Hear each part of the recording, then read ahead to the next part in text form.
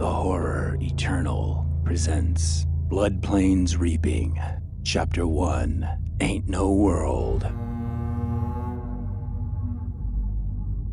I was 15 years old when I sent my brother into the dark. Our parents had been gone for 3 years. The virus that repainted the world in its nightmare visage came fast and without mercy. It took them early.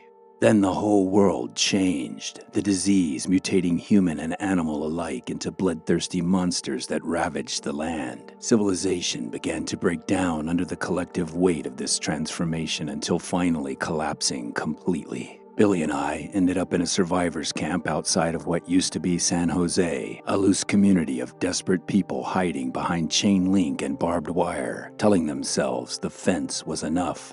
For a while it was. Billy was 8, small for his age, quiet the way kids get when they've seen too much too early. He followed me around camp like a shadow. I was all he had. He was all I had. That's a lot when you're 15, knowing that another person's entire existence comes down to you. There were moments, I'm ashamed to say, that I resented the burden. Then one morning I noticed the veins, dark threads tracing up from his wrists, spreading, his skin pale, bloodless, hands shaking. Not from the cold. I knew the signs. Everyone in the camp did, and I knew what it meant. It shouldn't have been possible. We were quarantined. No one ever really understood how the virus was transmitted, but even in our isolation, its grip was ever present. I'd watch soldiers walk infected people to the edge of a ravine. Whole lines of them, men, women, children, marched out like they were going somewhere, and they were, just not the somewhere anyone wanted to think about. I'd cover Billy's ears on those unthinkable occasions, told him it was nothing, warning shots to keep the infected away. I couldn't let that happen to him, so I cut a hole in the fence. It was the middle of the night, the campfire down to coals, the guards distracted. Billy stood beside me in the dark with his backpack and ragged blanket, the jagged veins already creeping up toward his jaw, his eyes wide and feverish and trusting. "What's gonna happen to me, Gus?" he asked behind a timid pitch. I said I didn't know, which was true. Then I told him to go out into the woods, find a safe place, and wait. I'd come find him in a few days, which was a lie. I was 15 years old and I couldn't do what needed to be done, couldn't watch him turn, couldn't put him down like a sick animal. So I sent him out into the wilderness, alone. "It's just like hide and seek," I said. "I'll always find you." He smiled and slipped through the fence and began to walk away. He looked back once before the trees took him. The smile was still on his face, the smile that never left me. It's still here, haunting my days and nights. Small shape against the moonlight, he raised his hand for one last wave, then he was gone. I never went after him. I've been carrying that ever since, packed it up and hauled it with me through every year of military service, every dead city, every face I've had to put down to keep myself breathing. It doesn't get lighter, you just get stronger, or you get buried under it. I chose stronger. Most days I even believe it. That was half a lifetime ago. The world I'm moving through now would be unrecognizable to that 15-year-old boy at the fence, though in the worst ways, it's exactly the same. The cities are still here, Los Angeles, San Francisco, Houston, Chicago, but they're not cities anymore. They're graveyards with architecture. The afflicted wander their quiet streets, still in the clothes they died in, doing nothing and going nowhere and occasionally eating whatever gets close enough to catch. We call them virals. Some scientist somewhere decided that was more accurate than the word people used to use. The word from the movies of the old world. Viral infection, undead motor neuron response. Very clinical, very precise. Does nothing to describe the smell. The living left the cities years ago, retreated to the mountains, the plains, the high country, built walls, built governments, built enough of a civilization to at least remind ourselves what one looked like. Fort cities, they call them now. Markets, brothels, black markets, gray markets, politics, crime. Everything that makes people compress behind walls. And out here, between the walls and the ruins, there's me. Reapers, they call us. Men and women crazy or desperate desperate enough to go back into the dead cities and pull out whatever wealth the old world left behind. Gold, silver, jewelry, weapons, medicine, fuel, everything that got abandoned when civilization picked up its skirts and ran. There's a thriving trade in it. The fort cities pay well for what we bring back. It suits me. You spend enough time learning to live next to death, you might as well get paid for it. My name is Gus Vandenborg. This is my account of the world as I find it. God help us all.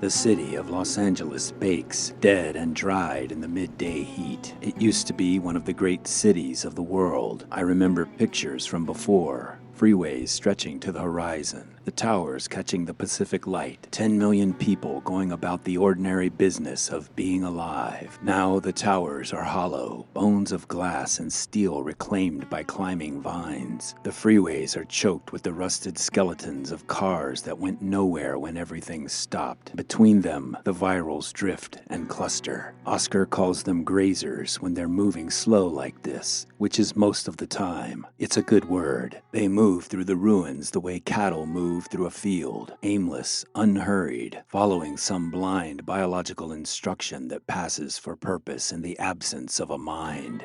We've been in the city for 3 days, long enough to build a decent haul, short enough that I'm not yet desperate to leave. We have a system. We've been doing this long enough that the system works. I take up position on one side of the street. Oscar takes the other. The chain runs between us, 40 feet of heavy link cable, the kind they used to use to secure loading dock equipment. We spread wide, let the grazers drift into our path. Then we run. The trick is the arc. We sweep out wide on either side, get past the cluster, then pivot and pull together. The chain catching them at the knees and ankles, wrapping around the group as we circle once, twice. They go down in a tangle of reaching arms and snapping teeth, piling onto each other like cordwood. Then the machetes do what needs doing. Clean cuts, methodical. The contract pays by the head, and only intact heads count. Which brings me to Oscar.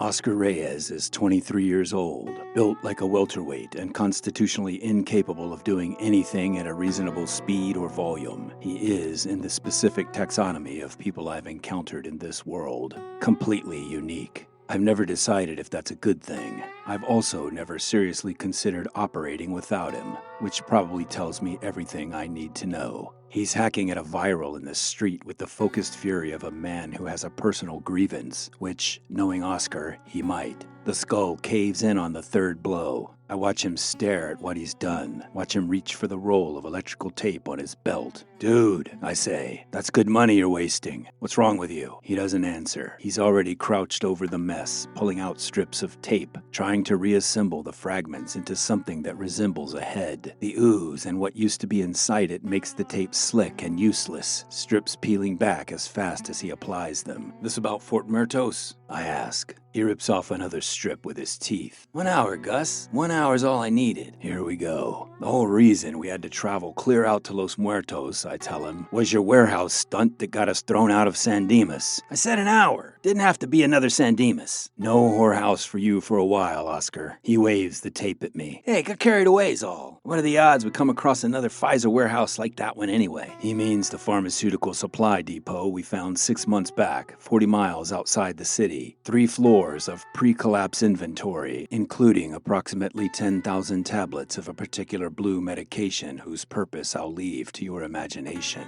along with enough alcohol to run a small distillery. Oscar, being Oscar, treated the combination as a scientific experiment. The experiment lasted 3 days and resulted in our expulsion from Fort San Dimas, with a detailed description of our faces circulated to the gate guards. Maybe, I say, but 3 days? Viagra and alcohol is a deadly mix for me. How was I supposed to know? He holds up his finished work. It looks less skull and more something that lost an argument with a roll of tape. Plus, they had coke in that place. I look at the thing in his hands for a moment. Then I point across the street where several Grazers have begun drifting in our direction. Leave it. I'll finish up here. Go take care of those. He drops the patchwork mess into the dirt and stands. I catch something briefly in his face. The thing underneath the performance, whatever it is he's actually working through. And then it's gone, replaced by his usual operational expression, which is to say, no particular expression at all. Man needs a live girl after weeks of looking at walking corpses, Gus. Ain't no world for sad stories, Osk. Grazers, go. He goes. The war cry he lets out across the empty boulevard disturbs some pigeons from a ledge 3 floors up and ricochets off the dead facades of what used to be a bank and a dry cleaning establishment and echoes away into the heat. I get to work. The methodical part of this job I don't mind. There's a satisfaction to it that I've stopped trying to explain to people who haven't done it. You move through the remains systematically. Pliers for the teeth. Gold and silver fillings are currency for the fort markets. Small and dense and easily carried. Rings from the fingers. Chains from the necks. Wallets from the pockets. Cash extracted. Wallet discarded. A pile grows beside me of things I can't use. Lip balm, chewing gum, a set of car keys, a grocery list in someone's handwriting. There are moments in this work when I feel something I can't name. Not guilt exactly, not grief, something adjacent to both. These were people once. Had names, had families, had grocery lists. Whatever happened to them happened fast, and they've been walking around like this for longer than anyone should have to walk around like anything.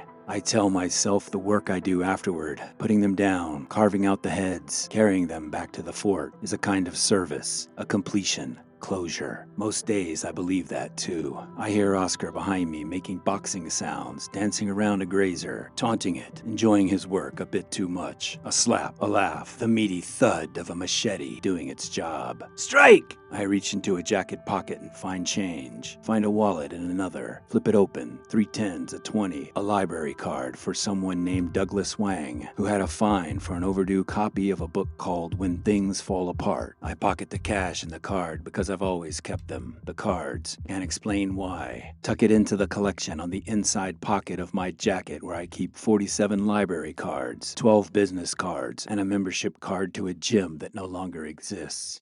Something moves at the edge of my vision. I'm up before the thought completes itself, blade out, weight balanced. 2 small shapes shuffle towards me from between 2 cars. Children. I've been doing this work for years. I've put down hundreds of virals in conditions ranging from unpleasant to genuinely horrifying. There is one thing I cannot do, and I'm not going to start today. I step back. The 2 of them are small, 6 and 9 roughly, though it's hard to say how long they've been out here. Their clothes are so deteriorated they're more suggestions than fabric. The taller one has its head lolling at an angle that suggests something in the neck gave out a long time ago. They reach with their arms like the virals always do, that involuntary grasping, the body still trying to act on the single command of its infected brain. The taller one opens its mouth, black ooze runs out. A sound comes with it, choking on itself. I keep backing up. Oscar appears beside me, his voice casual. What are you doing? Got some kids wandering over here. He looks at them. What do you mean, kids? All I see are a couple of flesh-eating virals too short to ride the big rides at Six Flags. I don't do kids, man. Can't do it. You're afraid? No. And I'm not. It's not fear. Fear would be simpler. My little brother was 8 when he got the virus. Our folks were already dead. Don't know how it happened. We were in a survivor's camp. It shouldn't have been possible. The taller one spits up something dark. Broken teeth work at nothing. Couldn't watch him turn into one of those things. Oscar is quiet for a moment, which is unusual enough to notice. How come you never told me this? When I couldn't bring myself to do what needed to be done, I snuck him out of the camp, let him go. A beat. 2. Then Oscar steps past me, one broad swing of the machete, and both of them go down, heads rolling in opposite directions, their bodies collapse against each other. He turns back. "Ain't no world for sad stories, Gus," he says. I feel it anyway. I always do. I work the feeling back down to where I keep it and hold it there, and I breathe, and I come back. "Heads up," Oscar says. "We're attracting attention." A cluster of Grazers, 8 or 10, has gathered at the end of the block, drawn toward the noise. I unclip the chain from my belt and toss the other end to Oscar. "Let's wrap 'em up." We spread out across the width of the street, the cord hanging between us. We start toward the cluster at an easy jog. Standard approach, familiar. I'm just settling into the rhythm of it when something moves at the edge of my vision. Fast, wrong, between the buildings on the left side of the street. I stop. "What was that?" Oscar's eyes sweep the direction I'm pointing. "What? I didn't see anything." "Over there." Then the sound reaches us. It comes from everywhere all at once. The buildings, from the hollow cars, from the columns holding up the freeway overpass above us. A sound that is not quite animal and not quite human. Something that falls through the gap between the two and comes out as something older and worse.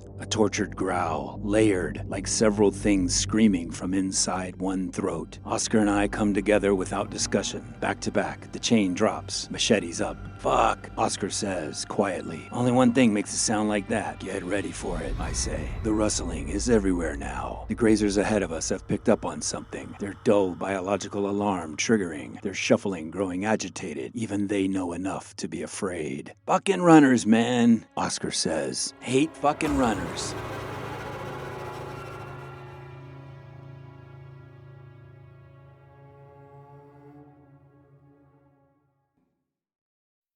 If you have enjoyed this program, please like, review, and share. Spread the word. The Horror Eternal presents Blood Plains Reaping. Written, produced, and performed by Roy Burdine. The Horror Eternal and Blood Plains Reaping are copyright 2026 Roy Burdine. This has been a Spiral Opus audio production. Also from Spiral Opus, don't miss Mindraker, Background Anger, the story of a psychic assassin on a mission from God. Season 1 available on Apple Podcasts, Spotify, and everywhere you get your podcasts. Monster Forge. We make monsters.